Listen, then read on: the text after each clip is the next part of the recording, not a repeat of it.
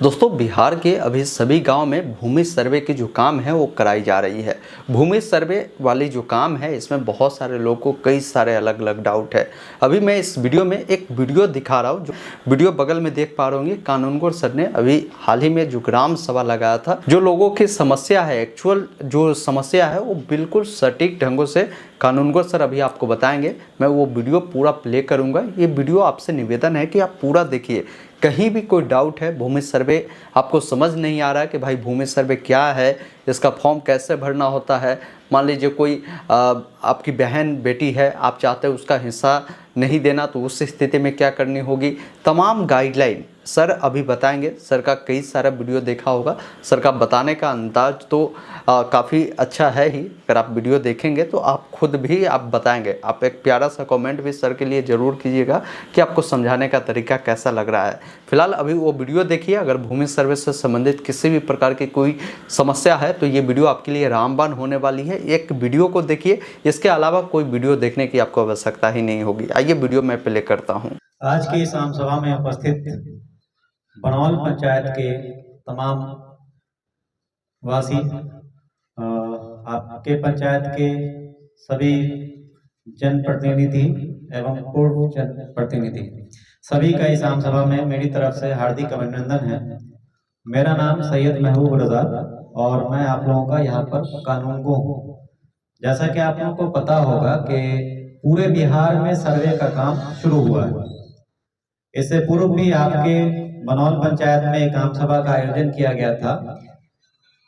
वो आयोजन करके आप लोगों को जानकारी दी गई थी, लेकिन उस आम सभा में लोगों की कम उपस्थिति हो पाई थी, सहभागिता कम हो पाई थी, जिस कारण से आपके मुखिया जी और आपके जो प्रमुख साहब हैं, इन दोनों के द्वारा रिक्वेस्ट किया गया था कि एक आम सभा फिर से रखा जाए मेरे पंचायत में, ताकि लोगों को जो चीज समझ में नहीं आई है सर्वे के प्रति, वो सारी चीजों की जानकारी पूरे पंचायत वासी को हो जाए। तो इसी तरह हर पंचायत में, हर राजस्व ग्राम में हम लोग आम सभा करते हैं और आम सभा करके आम रैयतों को, आम किसानों को जानकारी देते हैं। सर्वे का काम जो है ये बिल्कुल नया होता है। जैसा कि आप लोग जानते होंगे कि इससे पूर्व जो सर्वे हुआ था वो 1960 के दशक में हुआ था, और 1960 के बाद जो लोग जमीन अभी धारित कर रहे हैं, तो 1960 में के समय जो लोग जीवित रहे होंगे उनकी उम्मीद है कि 99% लोग मृत हो गए होंगे। लोग जानते नहीं है कि सर्वे कैसे होता है, सर्वे में क्या क्या काम होता है, कौन कौन सा दस्तावेज आप लोगों को उपलब्ध करवाना है। तो ये आम प्रचलन की चीज नहीं है, इसलिए लोगों को जानकारी नहीं रहती है। तो जब कोई काम 60 साल बाद होता है तो एक पूरा वंश खत्म हो जाता है। एक वंश जो उस समय था वो पूरा वंश खत्म हो गया और उसके दूसरे वंशज, तीसरे वंशज अभी जीवित हैं। तो उन लोगों को इसकी जानकारी देनी बहुत जरूरी होती है कि जो जमीनी सर्वे का काम हो रहा है, इस सर्वे में आप लोगों का क्या दायित्व है, आप लोगों को क्या करना है, ये चीज सबसे पहले आप लोगों को समझना पड़ेगा। जब ये चीज आप लोग समझ जाएंगे तो ये जो सर्वे की प्रक्रिया है, या जिसको जमीनी सर्वे बोलते हैं, भूमि सर्वे बोलते हैं, ये पूर्ण रूप से सही तरीके से कंप्लीट होगी। तो उसी जानकारी देने के लिए फिर से आज आपके पंचायत में आम सभा का आयोजन किया गया है। इसमें हर एक प्रक्रिया के बारे में आप लोगों को विस्तृत रूप से बताई जाएगी। इसको गौर से सुनिएगा, और सुनने के उपरांत जो लोग यहाँ पर आज भी उपस्थित नहीं हो पाए हैं, तो आप लोगों का सामाजिक स्तर पे ये दायित्व बनता है कि आप लोग जब अपने समाज में जाएंगे, 10 लोगों के बीच में बैठेंगे, तो वहां पे भी इस चीज की जानकारी आप लोग उन लोगों को दीजिएगा जो लोग यहाँ पे उपस्थित नहीं हो पाए हैं, कि आपके पंचायत में सर्वे का काम शुरू हो गया है और सर्वे में क्या क्या चीज जरूरत है, क्या क्या लगेगा, वो सारी चीज उनको भी आप लोग अपने स्तर से समझा दीजिएगा। ऐसे ही पूरे गांव में, पूरे प्रखंड में प्रचार प्रसार होता है। बहुत सारे मीडिया बंधु भी हमारे साथ हैं, लगातार हैं, पहले दिन से ही हैं। उनके द्वारा भी कई वीडियो बनाए गए और वीडियो बनाकर अपलोड किया गया है। तो आप लोग वो वीडियो देख के भी बहुत सारी चीज समझ सकते हैं अगर नहीं समझ में आता है। तीसरा ऑप्शन आपके पास है कि आपके गांव के जो अमीन हैं, मेरे बगल में बैठे हुए हैं, संदीप कुमार नाम है इनका, ये अमीन आपके गांव का सारा काम करेंगे। तो आप इनसे भी संपर्क कर सकते हैं, जो चीज नहीं समझ में आती है इनसे भी आप पूछ सकते हैं। नहीं तो इसके अलावा भी आपके पास ऑप्शन है कि आप प्रखंड में चले आइए, ब्लॉक में चले आइए, वहां पे सर्वे ऑफिस बनी है। सर्वे ऑफिस बनी है। जो अभिलेखागार भवन आप लोग देखते होंगे जहाँ पर कर्मचारी बैठता है, उसके ऊपर वाली बिल्डिंग, ऊपर वाले तल्ला पर सर्वे ऑफिस बनी है। तो वहां पे भी आप आके अपनी जानकारी हासिल कर सकते हैं, जो डाउट आपका है वो क्लियर कर सकते हैं। तो ये सारा ऑप्शन आप लोगों को दिया गया है, जिस ऑप्शन का आप फायदा उठाना चाहते हैं उठा सकते हैं। तो अभी हम लोग सर्वे की जो प्रक्रिया कहाँ से शुरू होती है वो पूरी प्रक्रिया आप लोगों को बताई जाएगी, और कहाँ पर खत्म होती है वो सारी प्रक्रिया बताई जाएगी। जैसा कि आप लोग जानते होंगे कि सर्वे जो है वो एक दिन का काम नहीं है। ऐसा नहीं कि आपके गांव में एक दिन हम चले आए और एक ही दिन में सर्वे करके चले गए, ऐसा नहीं होता है। ये भूमि सर्वे है, और भूमि सर्वे का मतलब होता है कि आपके गांव में जितना जमीन है, चाहे वो खेत की जमीन हो, गरारी की जमीन हो, पोखर हो, तालाब हो, रोड हो, कुछ भी है, जितनी भी जमीन है हर एक जमीन का सर्वे होगा। और सर्वे होने के उपरांत नया खतियान बनने का काम होगा। पुराना खतियान आप लोग देखते होंगे, आपके गांव का जो खतियान है वो आपके पूर्वजों के नाम पर है जिनकी मृत्यु हो गई है, और आज भी उन्हीं के नाम से जमाबंदी कायम है, उन्हीं के नाम से रसीद कट रही है। बहुत सारी चीजें जब सरकारी योजना आती है तो उसमें आप लोगों को दिक्कतों का सामना करना पड़ता है। जैसे फॉर एग्जांपल हम एक एग्जांपल दे रहे हैं कि आपके गांव से कोई एनएच पास हो जाता है, कोई एनएच पास हो जाता है आपके गांव से, और एनएच में जो भूमि अर्जन करके भू अर्जन डिपार्टमेंट जमीन लेती है और एनएच डिपार्टमेंट को, हाईवे डिपार्टमेंट को देती है, तो उसके लिए क्या है कि आप लोगों को पैसा दिया जाता है, जमीन के बदले में पैसा दिया जाता है। तो वैसे स्थिति में आप लोगों से आपके जमीन का कागज मांगा जाता है, और जब आप कागज प्रस्तुत कीजिएगा, अपना खतियान प्रस्तुत कीजिएगा या फिर अपना रसीद प्रस्तुत कीजिएगा, तो वो आपके नाम पे नहीं होगा, आपके पूर्वजों के नाम पर होगा। तो वैसी स्थिति में आप लोगों को पैसा नहीं मिलेगा। आप लोगों को बताया जाएगा कि आप ये प्रमाणित कीजिए, आप ये सत्यापित कीजिए कि इसमें जो जमीन के पेपर में जिनका नाम लिखा हुआ है वो आपके पूर्वज हैं। ये आप जब तक प्रूफ नहीं कीजिएगा तब तक आपको उसका पैसा नहीं मिलेगा। तो आपको उस समय दौड़ना भागना पड़ सकता है। सर्वे में कुछ चीजें ऐसी होती है जो रैयतों के लिए आसान कर दी जाती है, ठीक है। जैसे आप लोग अभी देखते होंगे, सुनते होंगे कि वंशावली बनाने की प्रक्रिया, वंशावली बनाने की प्रक्रिया जो किसी योजना में यूज होता है वो ये है कि आपके पंचायत लेवल पे वो वंशावली बनती है, उसमें 5 या 6 लोगों का साइन होता है, हस्ताक्षर होता है, और 5-6 लोगों के पास आप जब तक नहीं दौड़ेंगे तब तक आपका वंशावली निर्गत नहीं होगा, और उसके आधार पर आपका कोई काम नहीं होगा। तो आप लोग देखते होंगे जो वंशावली बनाने की प्रक्रिया है वो लंबी कर दी गई है, लेकिन सर्वे के क्रम में जो वंशावली बनाने की प्रक्रिया है वो आम रैयतों के लिए बहुत आसान किया गया है कि आप उस तरह से नहीं बनाकर एक सिंपल पेपर पर, जो सादा पेपर कहलाता है, उस पे भी वंशावली बनाकर दीजिएगा तो वो वैलिड माना जाएगा सर्वे के लिए, सिर्फ और सिर्फ सर्वे के लिए। इसके अलावा कोई भी योजना में आप वो वंशावली दीजिएगा तो उसकी मान्यता नहीं होती है। लेकिन सर्वे के प्रक्रम में आप लोगों को वंशावली बनाने की छूट दी गई है कि आप सादे के पेपर पे भी अपना वंशावली बनाकर अपना हस्ताक्षर करके जमा करते हैं, जिसको स्वअभिप्रमाणित प्रति बोलते हैं। अगर वो जमा करते हैं तो उसके आधार पर सर्वे का काम हो जाता है। तो वैसे ही बहुत सारी चीजें ऐसी है जिसमें आम रैयतों को सर्वे के क्रम में छूट दी जाती है, आसान कर दी जाती है, नियम को थोड़ा आसान बनाया जाता है ताकि रैयत दौड़े नहीं, परेशान नहीं हो और अपना काम आसानी के साथ सर्वे में करवा सके। तो उसी प्रक्रिया के बारे में हम विस्तृत रूप से शुरू से आखिर तक बताने जा रहे हैं, थोड़ा गौर से इसको सुनिएगा कि सर्वे जब शुरू होता है तो सर्वे शुरू होने के बाद सबसे पहले आप लोग देखते होंगे कि आपके राज्य स्तर पर इसका प्रचार प्रसार किया जाता है। आप लोग आज से 1.5 महीना पहले से पेपर पढ़ते होंगे तो हर दिन के पेपर में सर्वे के लिए कुछ न कुछ न्यूज आता रहता है। हर दिन आप पेपर में देखिएगा कि सर्वे की प्रक्रिया के बारे में सरकार की तरफ से, विभाग की तरफ से कुछ न कुछ न्यूज दिया जाता है, और आज भी वो चल रहा है, पर डे आपको मिलेगा। तो राज्य स्तर से इसका प्रचार प्रसार किया जाता है। उसके लिए एक अधिसूचना निर्गत होती है जो राज्य स्तर पे निर्गत की जाती है, और निर्गत करने के बाद सर्वे का काम शुरू किया जाता है।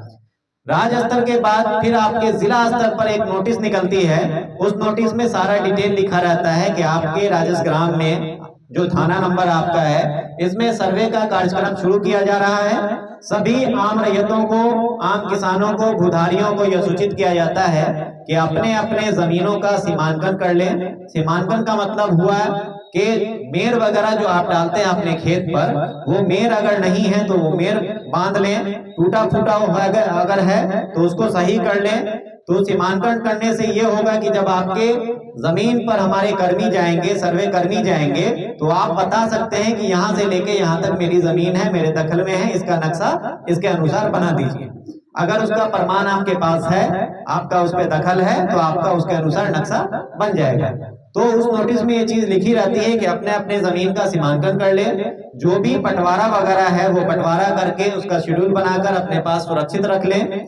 आपके गांव में, आपके प्लॉट पर अगर कोई सर्वे कर्मी जाते हैं तो उस सर्वे कर्मी का पूर्ण रूप से आप सहयोग करें। अगर उनको मेजरमेंट करने में कोई दिक्कत और परेशानी हो रही है, आपके जैसे आपके खेत में कोई फसल लगा हुआ है, तो फसल अगर लगा रहेगा तो वहां पे नापी में थोड़ी दिक्कत हो सकती है, तो आप उनको पूरा सहयोग कीजिएगा कि आपके फसल को बहुत ज्यादा नुकसान तो नहीं करेंगे, लेकिन जहां पर नापी करने में दिक्कत हो रही है तो उतना आपका नुकसान वो कर सकते हैं, तो आप उनको वो सहयोग कीजिएगा, आप रोक नहीं सकते हैं। ये विभाग की तरफ से एक लेटर निर्गत होता है, उसमें लिखा रहता है। तो आप लोगों को ये सूचना दिया जाता है। ये सारा सूचना देने के बाद आपके गांव का काम शुरू किया जाता है, सर्वे का काम।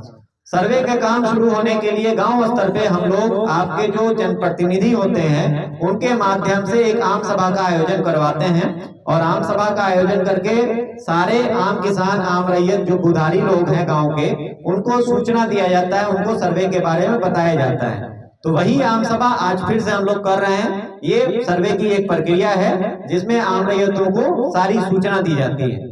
इसके बाद आप लोगों का काम शुरू होता है कि आम किसानों के पास जो भी भूधारी है गांव के, उस भूधारी के पास जितनी जमीन है, आप जो जमीन को जोतकोड़ कर रहे हैं, जिसका प्रमाण आपके पास है, उसका पूरा ब्यौरा सर्वे कार्यालय को उपलब्ध करवाएंगे।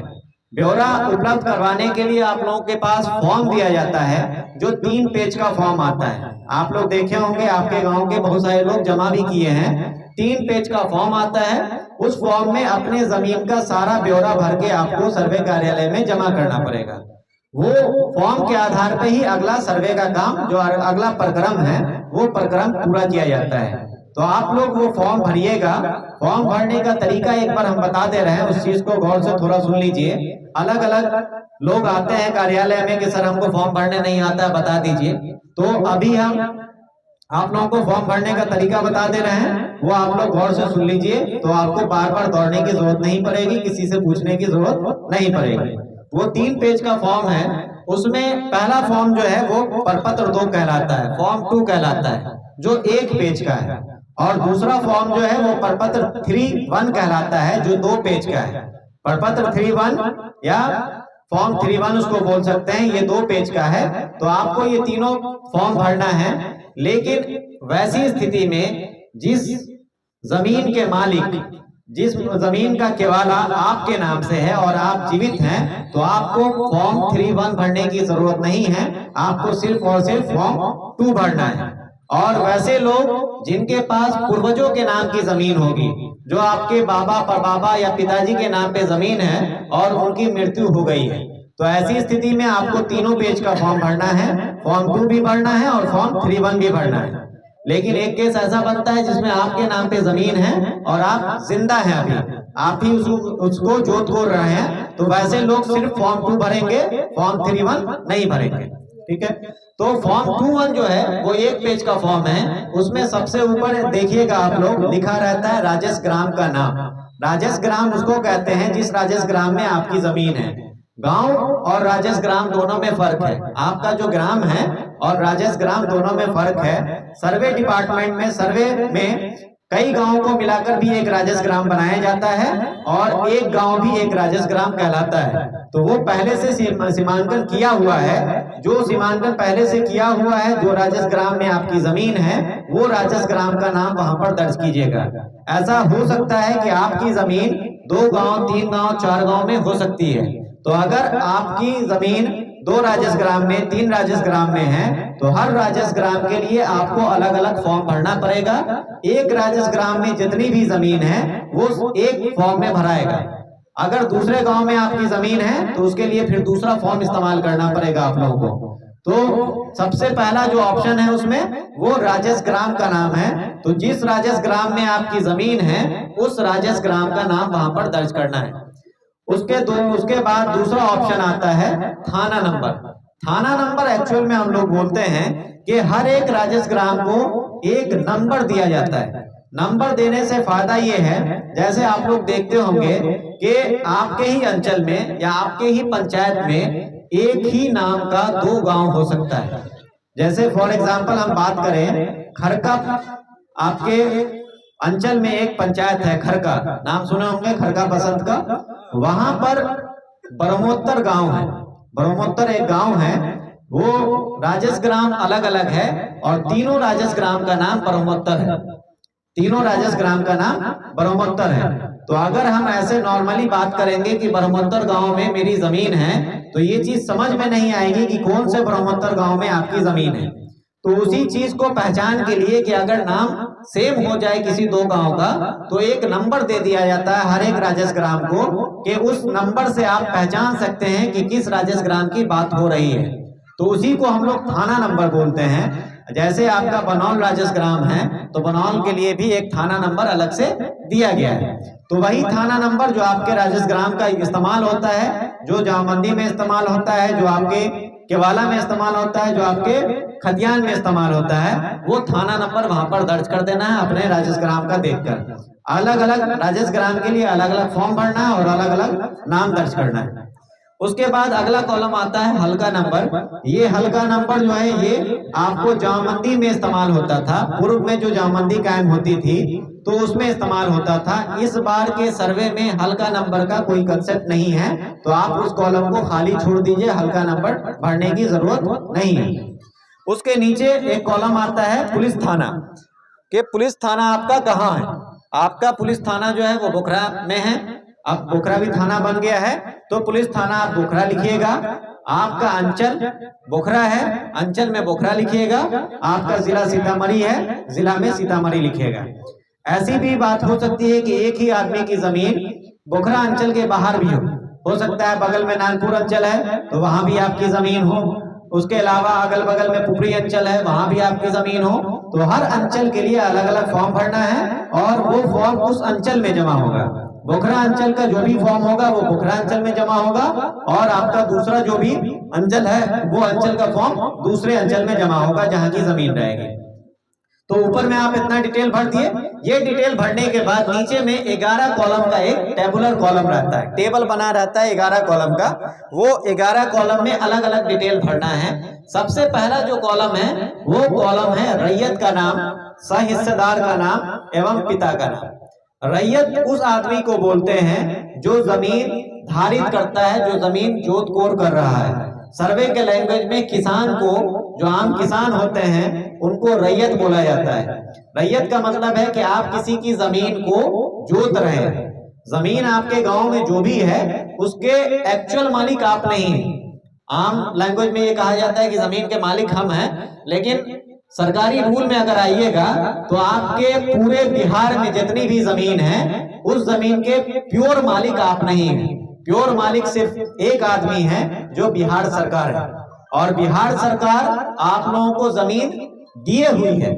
जो जमीन आप जोत कोर रहे हैं वो समझिए कि बिहार सरकार आपको जमीन दिए हुई है और उस जमीन का आप पैसा देते हैं सरकार को, जिसको लगान बोलते हैं। आप लोग जाते होंगे रसीद कटवाने अपने जमीन का, सरकार को टैक्स देते हैं ना, तो वही लगान जो है वो पैसा देना हुआ सरकार को कि उसका रेंट आप दे रहे हैं। सरकार की जमीन आप रख रहे हैं, जोत रहे हैं, तो आप उसका रेंट सरकार को दे रहे हैं। तो एक्चुअल मालिक, सबसे पहला मालिक जो होता है वो सरकार होता है, और सरकार के अंदर में जो किसान जोत रहे हैं जमीन, उस किसान को रैयत बोला जाता है। तो आप अगर उसके मालिक होते तो भू मालिक बोला जाता, आपको भू मालिक नहीं बोला जाता है, भूधारी बोला जाता है, और भूधारी या रैयत बोला जाता है। इसका मतलब यही है कि आप किसी की जमीन को धारित करते हैं या आप किसी की जमीन को जोत रहे हैं, तो आप एक्चुअल मालिक नहीं है। एक्चुअल मालिक बिहार सरकार है। बिहार सरकार के अंतर्गत आप उस जमीन को जोत बोल रहे हैं और उसका लगान सरकार को दे रहे हैं, तो इसीलिए उसको रैयत बोलते हैं।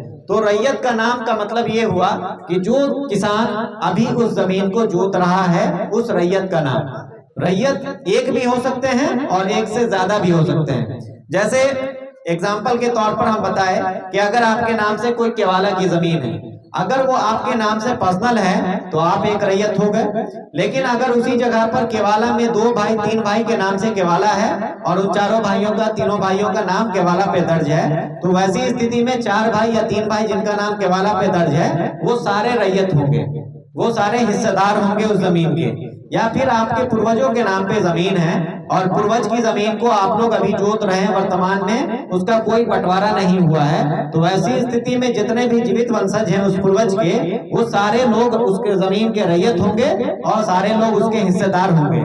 तो रैयत के नाम में अगर एक आदमी कोई उस जमीन को जोत रहा है, एक आदमी के नाम से जमीन है या बंटवारा करके एक आदमी को मिल गया है, तो वहां पर एक आदमी का नाम दर्ज करना है। और अगर उसका बंटवारा नहीं हुआ है, 2 भाई 3 भाई या 4 भाई के नाम से जमीन है और संयुक्त रूप से आप उसको जोत खोल कर रहे हैं, तो वहां पर 3 भाई 4 भाई जितने भी भाई होंगे सभी का नाम दर्ज होगा। वो करके नाम आप लिख सकते हैं। जैसे 2 भाई हैं राम और श्याम, तो वहां पर राम और श्याम लिख सकते हैं आप रैयत के नाम में, और उसके नीचे आपके पिता का नाम दर्ज होगा। जो रैयत है उनके पिता का नाम दर्ज कर देना है पहला कॉलम में। तो ये पहला कॉलम कंप्लीट हो गया कि रैयत का नाम, और अगर उसमें कोई हिस्सेदार है तो उस हिस्सेदार का नाम या फिर आपके जो पिता का नाम है वो सबसे नीचे लिख देना है। तो ये पहला कॉलम हो गया। दूसरा कॉलम जो है वो है अस्थाई पता का, कि आपका अस्थाई पता कहाँ है, आपका घर कहाँ है। बहुत सारे लोग ऐसे होंगे कि जिनकी जमीन एक गांव से ज्यादा गांव में होगी, 2 गांव में 3 गांव में हो सकती है, लेकिन घर हमेशा, अस्थाई पता जो किसी व्यक्ति का होता है वो हमेशा एक ही गांव का होता है। जिस गांव में वो घर बनाकर रह रहा है उसी गांव का वो अस्थाई नागरिक होगा, अस्थाई निवासी होगा। तो अस्थाई पता आपका जहां भी है वो अस्थाई पता सेकंड कॉलम में आपको दर्ज करना है, वहां पर अस्थाई पता लिख देना है। अस्थाई पता में आप लोग पूरा पता लिखिए। अगर मोहल्ला का कुछ नाम है तो मोहल्ला का नाम दर्ज कीजिए, उसके बाद गांव का नाम है तो गांव का नाम दर्ज कीजिए, उसके बाद आपका अंचल का नाम है, अंचल का नाम दर्ज कीजिए, और फिर जिला का नाम जो अभी है वो वहां पर दर्ज कीजिए। तो ये अस्थाई पता लिखने का तरीका है, ये अस्थाई पता आप लोग वहां पर दर्ज करेंगे। उसके बाद तीसरा कॉलम जो आता है ये आपके भूमि के ब्यौरा से संबंधित कॉलम है। ये कॉलम कहलाता है खाता संख्या का। आप लोग जानते होंगे कि हर एक जमीन का एक खाता संख्या होता है, उस खाते संख्या की वो जमीन होती है। जैसा आप लोग बैंक में जाते होंगे तो बैंक में जब अकाउंट खुलवाते हैं आप लोग, तो आप लोग को एक खाता संख्या निर्गत किया जाता है जो पासबुक पे प्रिंट रहता है। सब लोग जानते हैं, सब लोगों का खाता होगा बैंक में। तो उस खाते के अंदर आपका जितना ट्रांजैक्शन होता है, जितना पैसा का लेन देन रहता है, चाहे वो आप निकासी करते हो चाहे वो आप जमा करते हो, वो सारा उसी खाते के अंदर डिटेल रहता है। तो वैसे ही सर्वे में जब खतियान बनता है तो खतियान में हर एक रैयत को एक खाता नंबर दिया जाता है, और उस रैयत की जितनी जमीन होती है, जितना भी खसरा होता है, जितना भी प्लॉट होता है, वो उस खाते नंबर के अंतर्गत दर्ज किया जाता है, लिखा जाता है। तो हर एक प्लॉट का कोई ना कोई खाता संख्या होता है जो आपके दस्तावेज पर, जो आपके खतियान पर, जो आपके लगान रसीद पर लिखा रहता है। वहां से देख के आप अपना उस जमीन का खाता नंबर दर्ज कर सकते हैं। उसके बाद वाला कॉलम है खसरा संख्या। ये खसरा संख्या जो है ये प्लॉट का नंबर है, खेत का नंबर है, या जो जमीन आपका है वो जमीन का नंबर है। तो ये नंबर भी आपका आपके पेपर पे दर्ज रहता है, जहां से देख के आप ये प्रमाणित करते हैं कि ये वाला खेत, ये वाली जमीन मेरी है। तो वहां से देख के आप वो खसरा नंबर उस कॉलम में दर्ज कर सकते हैं। आपकी खतियानी जमीन है तो खतियान पे वो नंबर दर्ज रहेगा, केवाला वाली जमीन है तो केवाला में आपका खसरा नंबर दर्ज रहता है। अगर आपके पास कोई पर्चा की जमीन है तो वो पर्चा में वो खसरा नंबर दर्ज रहता है। तो वहां से देख के आप अपना खसरा नंबर दर्ज कर सकते हैं। उसके बाद अगला कॉलम है रकबा। रकबा का मतलब होता है एरिया। एरिया का मतलब ये है कि आपकी जमीन कितनी है, कितना जमीन आप धारित करते हैं, उसका डिटेल वहां पर लिखना है। गांव घर में जो आम प्रचलन चलती है, उस प्रचलन में आप लोग देखते होंगे कि आपकी जमीन जो भी है वो गांव घर में जो नापी होती है वो कट्ठा में नापी होती है कि 5 कट्ठा जमीन मेरे पास है, 6 कट्ठा जमीन मेरे पास है, या कट्ठा से अगर नीचे आएंगे तो धूर और धुड़की में बात होती है कि 5 कट्ठा 5 धूर, 5 कट्ठा 6 धूर, इस तरह की बातें गांव में जो नापी होती है इस आधार पे होती है। लेकिन सरकारी दस्तावेज जो भी होता है उसमें आपके जमीन का रकबा हमेशा आप देखिएगा या तो एकड़ में होगा या डिसमिल में होगा। तो आपकी जमीन कितनी है वो आप, अगर आपके खतियान पे तो एकड़ डिसमिल ही लिखा रहेगा, लेकिन कुछ केवाला में मैंने देखा है कि केवाला करवाते समय लोग डिसमिल में नहीं लिखवाकर कट्ठा और धूर में लिखवा देते हैं। तो अगर आपके केवाला पर कट्ठा और धूर में जमीन दर्ज है तो आप फॉर्म में कट्ठा और धूर दर्ज नहीं करेंगे, उसको डिसमिल में कन्वर्ट करके डिसमिल में बदल कर वहां पर फॉर्म में दर्ज करेंगे। फॉर्म में जब भी आपको लिखना है वो या तो एकड़ में रकबा लिखना है या डिसमिल में रकबा लिखना है। आपके खतियान पे भी एकड़ और डिसमिल दर्ज रहता है, आपके केवाला पे भी एकड़ और डिसमिल दर्ज रहता है। कुछ केवाला में ऐसा होता है कि लोग डिसमिल नहीं दर्ज करवा पाते हैं, वो कट्ठा दर्ज करवा देते हैं। तो वैसी स्थिति में आप लोग उसको बदल लीजिएगा, डिसमिल में चेंज कर लीजिएगा और डिसमिल में चेंज करने के बाद जो भी डिसमिल आएगा वो वहां पर दर्ज कीजिएगा। उसका अगला कॉलम है आपकी चौहद्दी। चौहद्दी के केस में एक चीज का ख्याल रखना है आप लोगों को कि चौहद्दी जो भराएगी वो वर्तमान कंडीशन के हिसाब से भराएगी। आपके वर्तमान में आपके चौहद्दीदार कौन है, आपके खेत के चारों तरफ किनका खेत है, वर्तमान स्थिति के हिसाब से आपको देख के लिखना है। अगर आपको पता नहीं है तो एक बार अपने खेत पे घूम जाइए और घूम के पता कर लीजिए कि आपके चौहद्दीदार एक्चुअल में अभी कौन है, क्योंकि पुराना पेपर जो आपके पास होगा चाहे वो खतियान हो या केवाला हो, उस पे उस समय की चौहद्दी दर्ज होगी जो उस समय आपके चौहद्दीदार रहे होंगे। आज हो सकता है कि आपके चौहद्दीदार बदल गए होंगे। केवाला जब आप करवाए थे तो आपके बगल में राम, मान लेते हैं कि उत्तर में राम जी की जमीन थी और वो राम जी ने अभी क्या किया कि किसी और व्यक्ति को जमीन बेच दिया, तो वर्तमान में चौहद्दीदार जो होंगे वो जिन्होंने केवाला करवाया है राम जी से वो चौहद्दीदार आपके होंगे, आपके राम जी चौहद्दीदार नहीं होंगे। तो पेपर में जो चौहद्दी आपकी दर्ज है उसको आपको वहां से नहीं लिखना है, वर्तमान में जो चौहद्दीदार आपके हैं वो चीज पता करके वहां पर आपको दर्ज करना है। और चौहद्दी में चारों दिशा का कम से कम आप लोग चौहद्दी दर्ज करने की कोशिश कीजिए। अगर चारों दिशा का पता नहीं चल पाता है तो मिनिमम 2 दिशा तो हर हाल में आपको दर्ज करना है, जो उत्तर और दक्षिण कहलाता है। आपके उत्तर और आपके दक्षिण में कौन लोग हैं ये कम से कम आप लोगों को ये 2 चौहद्दीदार का नाम वहां पर दर्ज करना है। अगर चारों चौहद्दीदार का नाम आपको पता है और आप जानते हैं उनको तो चारों चौहद्दी वहां पर दर्ज कीजिएगा। उसका अगला कॉलम जो है वो है लगान का कॉलम, कि आपके जमीन का लगान कितना लगता है, कितना लगान सरकार को आप देते हैं उस जमीन का। तो इस केस में बहुत सारा क्वेश्चन आम सभा में आता है कि मेरे पास केवाला है और केवाला का दाखिल खारिज नहीं हुआ है तो हमको पता ही नहीं कि मेरे जमीन का लगान कितना लगता है। ठीक है, बहुत सारे लोग ये क्वेश्चन करते हैं। तो आपको बता दूं मैं कि लगान वाला कॉलम और इसके बाद एक और कॉलम आता है जिसको जमाबंदी संख्या का कॉलम बोलते हैं, ये दोनों कॉलम ऑप्शनल कॉलम है। ऑप्शनल कॉलम का मतलब ये हुआ कि अगर आपके पास वो है, पता है आपको, तो आप वहां पर दर्ज कर दीजिए। अगर आपको पता नहीं है, आपका दाखिल खारिज नहीं हुआ है, लगान आप पे नहीं करते हैं, तो वो दोनों कॉलम को आप खाली छोड़ सकते हैं, वो कंपलसरी कॉलम नहीं है, ऑप्शनल कॉलम है।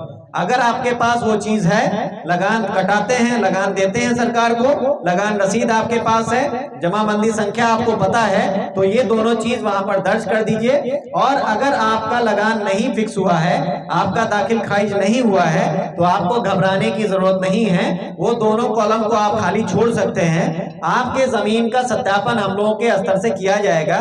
सर्वे में पूरे जमीन का सत्यापन किया जाता है और सत्यापन के उपरांत अगर वो सही पाया जाता है, सही रैयत के द्वारा अगर आपको केवाला किया गया है, तो बिना दाखिल खारिज किए हुए, बिना दाखिल खारिज करवाए हुए आपका सर्वे में आपका खतियान बनेगा। उसके लिए आप लोगों को घबराने की जरूरत नहीं है। ये आम प्रचलन में ये चीज फैली हुई है हर जगह कि अगर आपके नाम पे आपकी जमीन का दाखिल खारिज नहीं हुआ है तो वो जमीन आपके नाम से छीन जाएगी। ऐसा कोई बात नहीं है। सर्वे में आपकी जमीन कभी भी आपके नाम से नहीं छीनेगी, ना ही वो बिहार सरकार जाएगी। शर्त सिर्फ एक है कि आप पूरी तरह से जागरूक रहें और सर्वे की जो भी प्रक्रिया है उस प्रक्रिया में आप अपनी सहभागिता देना सुनिश्चित करें।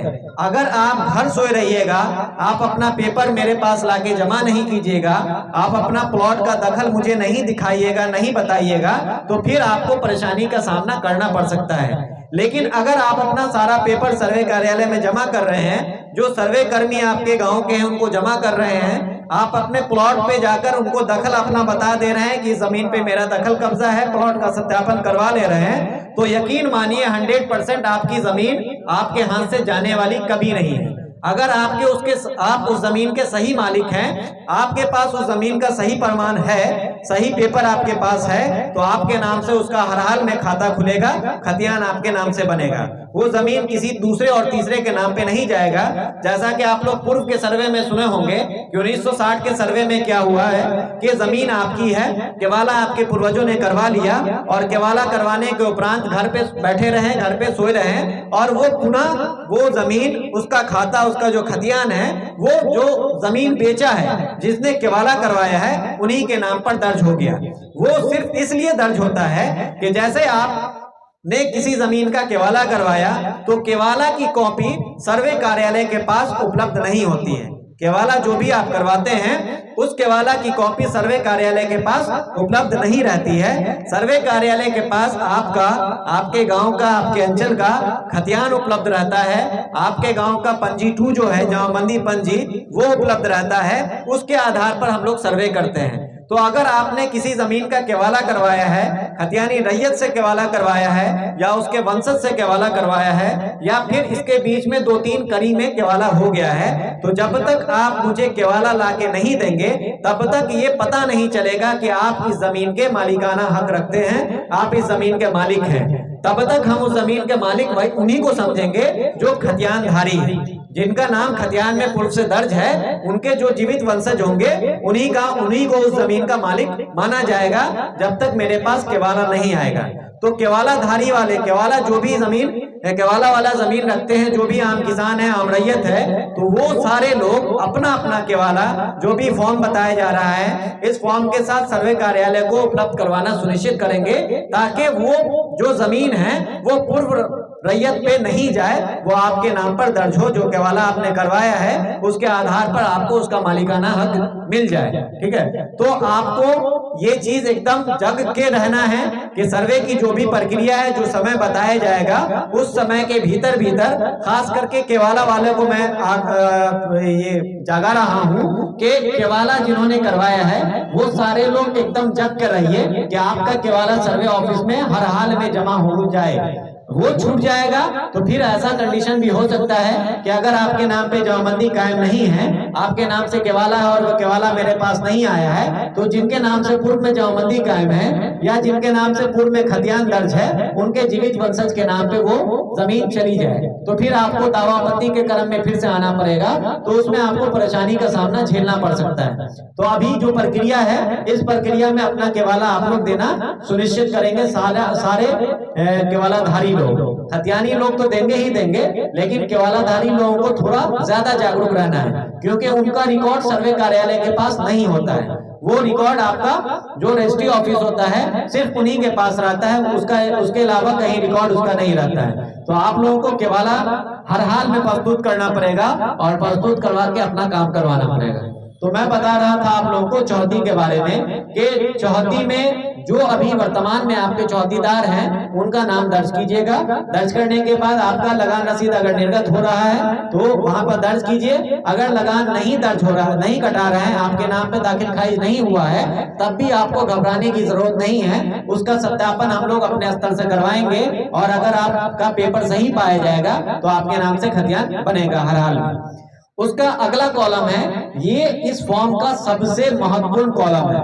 महत्वपूर्ण कॉलम कहने का मतलब ये है कि अभी जो आप डिटेल भर रहे हैं, अभी तक जो मैंने बताया आपको, ये सारा आप अपने हिसाब से भर रहे हैं, सारी चीज बता रहे हैं, सारा चीज कर रहे हैं जो जमीन का नंबर है, खाता है, खेसरा है, आप जोत रहे हैं, वो नाम दर्ज कर रहे हैं। लेकिन अगला कॉलम जो 10वां कॉलम आता है, ये सबसे इंपॉर्टेंट कॉलम इसलिए है कि आपको इसमें जो जमीन पे आपका दखल है, जिस जमीन को आप जोत कोर कर रहे हैं, उसका प्रमाण पूछेगा कि आप किस प्रमाण के आधार पर उस जमीन पे दावा कब्जा किए हुए हैं, किस प्रमाण के आधार पर आप बता रहे हैं कि ये जमीन आपकी है, आप इसके मालिक हैं। वो प्रमाण क्या है, वो प्रमाण का डिटेल वहां पर दर्ज करना है। जमीन के प्रमाण में सबसे पहला प्रमाण जो आता है वो होता है खतियान। और जमीन के केस में आप कभी भी जाइएगा, केस कीजिएगा किसी जमीन पे, तो सबसे पहला प्रमाण अगर न्यायालय मानता है तो वो भी खतियान को ही मानता है। खतियान के आधार पे ही टाइटल डिसाइड होता है। इसके अलावा जमीन का जो भी पेपर है, ये सारा आपका रेफरेंस पेपर है। जो भी पेपर होता है, जैसे आपका लगान रसीद हो गया, तो लगान रसीद आपका मालिकाना हक तय नहीं करता है, ये रेफरेंस के तौर पर इस्तेमाल किया जाता है। आप सरकार को उसका टैक्स दे रहे हैं, इसीलिए आपके नाम से वो लगान निर्गत है। ठीक है, तो जमीन का मालिकाना हक जब भी तय होगा तो वो आपका पूर्व का जो भी खतियान है, उस खतियान के आधार पर तय होगा। तो सबसे पहला प्रमाण जमीन का जो होता है वो आपका खतियान कहलाता है। तो आपके राजस्व ग्राम का जो भी खतियान होगा पूर्व का, वो खतियानी जमीन अगर आपके पास है, आपके पूर्वजों के नाम पर उस खतियान दर्ज है, तो वो खतियानी जमीन आपकी हुई, आप उनके जीवित वंशज हैं। तो जमीन के प्रमाण में आप लिखिएगा खतियानी जमीन। जो 10वां कॉलम है, जमीन का आधार जो पूछ रहा है, प्रमाण जो पूछ रहा है, उसमें आप लोग दर्ज कीजिएगा खतियानी जमीन, या उसको दूसरे शब्दों में हम लोग उत्तराधिकारी भूमि भी बोलते हैं कि आपके पूर्वजों की जमीन थी और आप उसके उत्तराधिकार हैं, और उत्तराधिकारी होने के नाते आपको वो जमीन प्राप्त हुई है। तो जमीन के प्रमाण में आप लोग वहां पर खतियानी जमीन भी लिख सकते हैं या उत्तराधिकारी जमीन या भूमि भी लिख सकते हैं। ये दो ऑप्शन आपका खतियानी जमीन के केस में आता है। खतियानी जमीन में जो खतियान में जिनका नाम दर्ज है वो आपके पूर्वज हैं, इस चीज को आपको डिसाइड करना पड़ेगा। मान लेते हैं कि आपके खतियान में आपके बाबा का नाम दर्ज है, तो वो आपके बाबा हैं या नहीं है ये तो हम नहीं जानते हैं, ना आपके गांव के हैं ना समाज के, हम तो नहीं जानेंगे। तो आपको ये प्रमाणित करना पड़ेगा कि पेपर में जिनका नाम लिखा हुआ है वो आपके पूर्वज हैं। तो ये प्रमाणित करने के लिए एक पेपर बनता है जिसको हम लोग वंशावली बोलते हैं, और वंशावली बनाकर अगर ये आप प्रमाणित कर देते हैं कि वो आपके पूर्वज हैं और आप उनके वंशज हैं, तो वो आपके नाम पर खतियान बनाने का प्रोसेस शुरू कर दिया जाएगा और खतियान आपके नाम से बनेगा। वंशावली के केस में बार बार ये चीज आप लोगों को बताई गई है, कई वीडियो के माध्यम से भी मैंने बताया है कि बहुत सारे लोग अभी भी कोर्ट का दौरा लगा रहे हैं। आपके जो पंचायत के सरपंच हैं, जो आपके पंचायत सचिव हैं, जो मुखिया जी हैं, या फिर आपके वार्ड मेंबर हो, आंगनबाड़ी सेविका हो, चौकीदार हो, इन लोगों का आप लोग दौरा लगा रहे हैं, बार बार उन लोगों के पास जा रहे हैं कि वंशावली कैसे बनेगी। आप लोगों को पता होगा कि पंचायती राज का जो नियम आया है, नया नियम, उस नियम के आधार पर ये नियम है कि जब भी आप वंशावली बनाएंगे तो वंशावली आपका आपके पंचायत के पंचायत सचिव और आपके पंचायत के जो सरपंच होते हैं, इन दोनों के संयुक्त हस्ताक्षर से निर्गत किया जाएगा। इन दोनों का साइन होगा उस पे। पूर्व में जो वंशावली बनती थी वो आपके पंचायत के जो सरपंच होते थे उनके लेटर पैड पे अगर वो वंशावली बनाकर दे देते थे, अपना साइन करके दे देते थे, तो वो 100% वैलिड माना जाता था और उसके आधार पर बहुत सारा काम भी होता था। लेकिन उसमें कुछ गलतियां, कुछ कमी हुई, जिसके कारण से विवाद बढ़ा, और विवाद बढ़ने के बाद सरकार इसको बदल दी, सरकार उसको चेंज कर दिया कि सिर्फ एक आदमी का हस्ताक्षर से वंशावली निर्गत नहीं होगा, इसमें कई लोगों के द्वारा, कई जनप्रतिनिधि के द्वारा पहले इसको सत्यापित किया जाएगा और सत्यापित करने के बाद इसको निर्गत किया जाएगा। तो वो जो नया रूल आया है, नया रूल के तहत ये चीज है कि आपको आपके समाज से पहले उसको वेरीफाई कराना पड़ेगा। समाज में कोई दो गवाह जो आपको जानते होंगे, आपके वंशज को जानते होंगे, आपके पूर्वज को जानते होंगे, वो दो गवाह का उस पर साइन होगा, उसका नाम होगा, उसका आधार नंबर होगा, ये सारा डिटेल आपको उस पर दर्ज करना है। वो साइन करके देगा तब वंशावली आगे बढ़ेगी। वो दो गवाह के बाद जो आपके समाज के दो लोग हैं वो अगर गवाही दे देते हैं कि जो वंशावली इनके द्वारा बनाया गया है वो बिल्कुल सही बनाया गया है, तब आपको कम से कम आपके गांव के ही 4 जनप्रतिनिधि के पास दौड़ना पड़ेगा। उस चारों में सबसे पहले आपके जो गांव के मुखिया जी हैं उनके पास आपको दौड़ना पड़ेगा, उनसे साइन करवाना पड़ेगा। आपके जो वार्ड मेंबर हैं उनसे साइन करवाना पड़ेगा, आपके वार्ड की जो आंगनबाड़ी सेविका हैं उनसे साइन करवाना पड़ेगा, और आपके गांव के जो चौकीदार हैं उनसे साइन करवाना पड़ेगा। ये 4 लोगों का साइन होने के उपरांत फिर आप वो फॉर्म आपका जो ग्राम कचहरी होता है, जो पंचायत का ग्राम कचहरी है, वहां पर ले जाकर पंचायत सचिव के पास जमा करेंगे।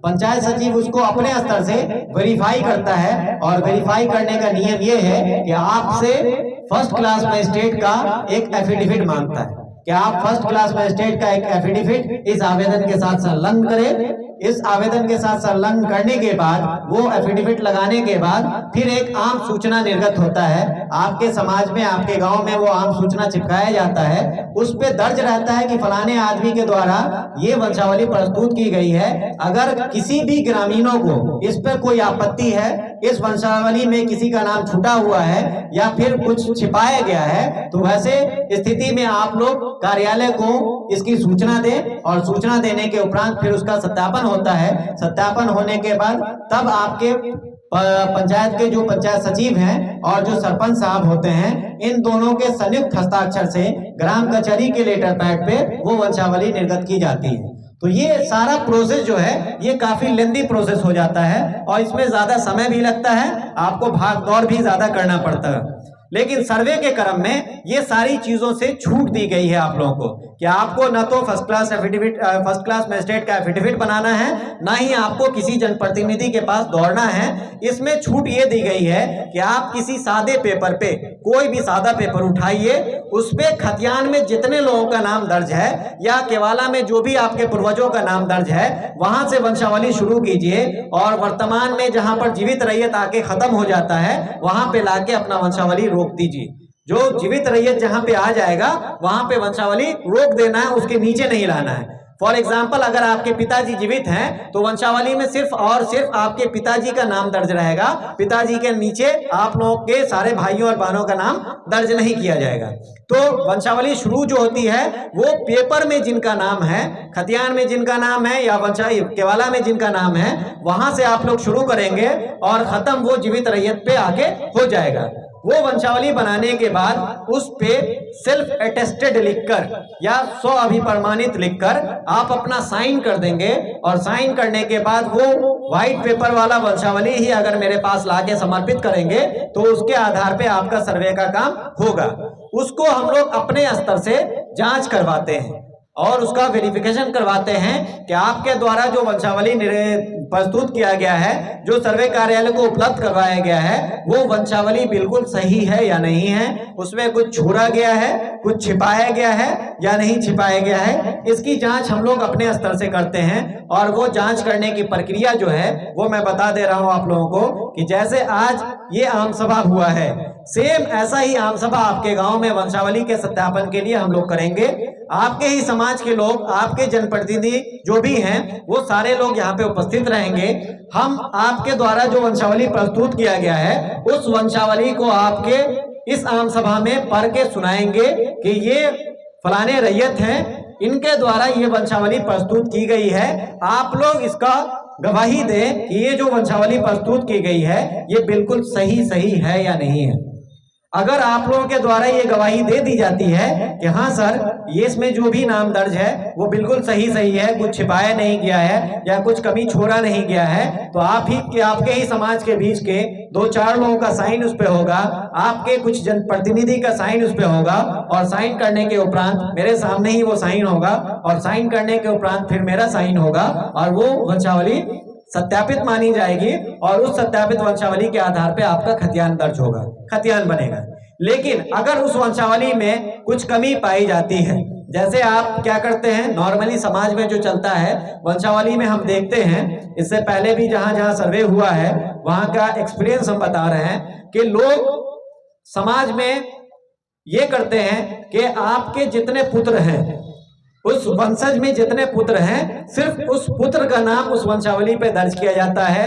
उस खानदान में, उस वंशज में जितनी भी पुत्रियां हैं, चाहे वो आपकी बहन हो, बेटी हो, बुआ हो, उन लोगों का नाम दर्ज नहीं करते हैं। नॉर्मली ये वंशावली में चलता है। लोगों के दिमाग में एक चीज बैठी हुई है कि अगर वंशावली में बहन बेटी का नाम हम दर्ज कर देंगे तो फिर जमीन जायदाद में उनका हिस्सा हो जाएगा, ऐसा लोग सोचते हैं। और इसके बारे में हम क्लियर आपको बता दें कि अगर आप ऐसा सोचते हैं तो बिल्कुल सही सोचते हैं, क्योंकि सरकार भी आपकी जो बहन है, आपकी जो बेटी है, इसको पूरा अधिकार दी हुई है कि अगर आपके पिता की कोई संपत्ति है तो उस संपत्ति में जितना हक, जितना अधिकार आपका है, सेम अधिकार आपकी बहन, बेटी या बुआ, जो भी आपके खानदान में बेटी है, उसका होगा।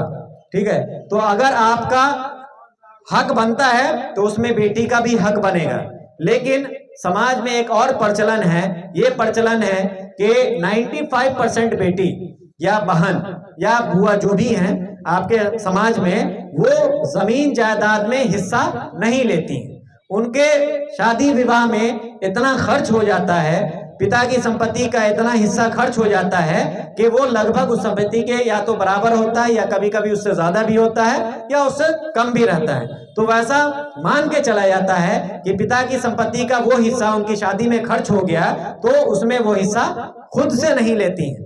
ठीक है, अगर वो लेना चाहें तो आपकी ताकत नहीं है कि आप उसको रोक दें, ऐसा कहीं नहीं है। अगर वो कोर्ट केस कर देती हैं, आपके ऊपर केस कर देंगी कि मेरा अधिकार ये जबरदस्ती रख लिया है, हमको अधिकार नहीं दिया है पिता की संपत्ति में, तो कोर्ट आपको उस आपके जमीन का जो भी हिस्सा उनके पास है वो आपको निकाल के देंगे, हमेशा आपका अधिकार आपको मिलेगा। तो ऐसी स्थिति नहीं बन पाए, उसके लिए एक निवारण है, उस समस्या के एक समाधान है। समाधान मैं बता दे रहा हूं आप लोगों को कि अगर आपकी बहन, बेटी या बुआ हिस्सा नहीं ली है या लेना नहीं चाहती हैं, उनका किसी जमीन पे दखल कब्जा नहीं है, तो वैसी स्थिति में आप लोग वंशावली में हर हाल में उनका नाम दर्ज कीजिएगा। वंशावली में नाम छिपाइएगा नहीं, वंशावली में नाम दर्ज कीजिएगा और दर्ज करने के बाद अपनी बहन, बेटी, बुआ जो भी हैं जिनका हक, जिनका अधिकार उस जमीन में है, उस संपत्ति में है, उनसे एक एफिडेविट बनवा लीजिएगा जो फर्स्ट क्लास मजिस्ट्रेट से बनता है। इस कंडीशन में आपको एक एफिडेविट बनाना पड़ेगा जिसको हम लोग एनओसी बोलते हैं। वो एनओसी अगर आपकी बहन, बेटी प्रस्तुत कर देती है, दे देती है आपको, तो आपके खतियान से उस बहन, बेटी का नाम हम लोग हटा देंगे। अन्यथा की स्थिति में जब आपके समाज में, आपके गांव में हम वंशावली का वेरिफिकेशन करेंगे, उसमें हम ये चीज तो हर हाल में पूछेंगे आपके समाज के लोगों से कि इनकी कोई बहन थी, इनकी कोई बेटी थी या इनकी कोई बुआ थी, इस खानदान में कोई भी ऐसी पुत्री हैं जिनका नाम इस वंशावली में छिपाया गया है, तो आप लोग बताइए। आप लोगों के द्वारा बताया जाएगा। बताने के उपरांत अगर आप लोग उसको सत्यापित कर देंगे कि हाँ इनका नाम छिपाया गया है, इनका नाम दर्ज किया जाए, तो हम अपने स्तर से उसका नाम उस वंशावली पे दर्ज करेंगे और दर्ज करने के बाद उस वंशावली को करेक्शन करके उसको अनुमोदन करेंगे और अनुमोदन करने के उपरांत फिर आपके नाम से जो प्रोसेस है खतियान बनाने का, उस प्रोसेस के हिसाब से खतियान बनेगा। जिन लोगों को एनओसी प्रस्तुत करना है वो सारे लोग एनओसी बनवा कर अपने पास सुरक्षित रख लें। जब आपसे एनओसी मांगा जाएगा, जब खतियान बनाने का काम चलेगा, उस समय आपको एनओसी प्रस्तुत करना पड़ेगा। बहुत सारे लोगों का इसमें एक सवाल होगा कि मेरी बहन, बेटी या जो भी है उस खानदान में पुत्री, वो बिहार में नहीं रहती है, बिहार के बाहर रहती है, दिल्ली रहती है, मुंबई रहती है, कहीं भी बाहर में रहती हैं, तो वो तो आएंगी नहीं यहाँ पे एनओसी बनाने के लिए। तो उनके लिए ऑप्शन मैं बता दूं कि वो इंडिया के किसी कोने में भी अगर रहती हैं और उस कोने से वो एनओसी बनाकर आपको पोस्ट कर देती हैं, आपको बाय पोस्ट भेज देती हैं, वो एनओसी अगर लाके हमको जमा कर देते हैं तो उस एनओसी के आधार पे बहन और बेटी का नाम हट जाएगा। वहां से खतियान सिर्फ आप लोगों के जो भाई हैं, जो भाइयों के बीच में बंटवारा हुआ है, उनके नाम पे दर्ज होगा। अगर वंशावली के आधार पर कोई विसंगति पाई जाती है, कुछ कमी पाई जाती है, तो आपका बंटवारा अमान्य माना जाएगा। जैसे एग्जाम्पल के तौर पे मैं बता रहा हूं कि आपके पास 4 भाई और 1 बहन है, तो 4 भाइयों के बीच में आप बंटवारा कर लिए, शेड्यूल बना लिए और शेड्यूल बना के मेरे पास प्रस्तुत कर दिए। वंशावली में भी सिर्फ 4 भाई का नाम दर्शाए और जब हम उसकी जांच करने आए तो यहाँ पे पता चला कि 4 भाई के साथ साथ आपके पास 1 बहन भी है। उस वाहन का नाम ना तो आप वंशावली में दर्ज किए हैं, ना ही आप शेड्यूल बंटवारा में दर्ज किए हैं। तो अगर आप ये बताइएगा कि वाहन को हिस्सा नहीं मिला हुआ है इसलिए हम शेड्यूल में नाम उसका दर्ज नहीं किए हैं, तो वैसी स्थिति में आपसे हम एनओसी मांगेंगे। एनओसी जब तक आप नहीं दीजिएगा तब तक वो सारी जमीन का बंटवारा अमान्य माना जाएगा, वो बंटवारा मान्य नहीं होगा, उसके आधार पर आपका अलग अलग खाता नहीं खुलेगा। जैसे ही आप एनओसी प्रस्तुत कर दीजिएगा, वाहन का जो एनओसी होगा वो प्रस्तुत कर देते हैं, वाहन का नाम वहां से हट जाता है, तो आप 4 भाई अगर हैं और 4 भाइयों का बंटवारा मुझे प्रस्तुत कर रहे हैं, तो उसके आधार पर नया सर्वे और नया खतियान बनेगा। बिना एनओसी के बंटवारा में अगर उनका नाम दर्ज नहीं है तो वो अमान्य होगा। या फिर ऐसा भी कंडीशन है कि अगर बंटवारा नामा पे आपकी बहन सहमति दे दे, बंटवारा नामा जो बनता है उस पे आपकी बहन सहमति दे दे और वो सहमति पत्र जो बनता है वो 100 रुपए के स्टाम्प पेपर पे बनता है, तो अगर 100 रुपए के स्टाम्प पेपर पे आपकी बहन सहमति लिख के दे दे, अपना हस्ताक्षर वहां पे कर दे और हस्ताक्षर करने के उपरांत वो आप मुझे लाके जमा करेंगे, तो फिर उसके आधार पे भी आपका काम हो जाएगा, आपको अलग से एनओसी प्रस्तुत करने की जरूरत नहीं है। तो या तो सहमति पत्र आप लगा दीजिए या बहन का एनओसी लगा दीजिए, दोनों कंडीशन आपके पास है, आपको जो सही लगता है वो चीज उपलब्ध करवाइएगा, तब आपके बहन का नाम वहां से हटेगा, अन्यथा की स्थिति में बहन का नाम भी दर्ज रहेगा खतियान में। तो ये चीज हो गया। तो खतियानी जमीन के केस में मैंने बता दिया कि खतियानी जमीन अगर है तो वहां पे खतियानी जमीन लिखिए और उसको प्रमाणित करने के लिए आपको वंशावली प्रस्तुत करना पड़ेगा, उसके आधार पे आपका काम होगा। बहुत सारा ऐसी जमीन होगी जिसका केवाला आपके नाम पे होगा या आपके पूर्वजों के नाम पे केवाला होगा। तो अगर आपके पूर्वजों के नाम पे केवाला है तो वैसी स्थिति में आपको केवाला वाली जमीन है तो वहां पर आधार में आप लिखिएगा, भूमि का जो आधार पूछ रहा है वहां पर आप लिखिएगा केवाला से प्राप्त भूमि।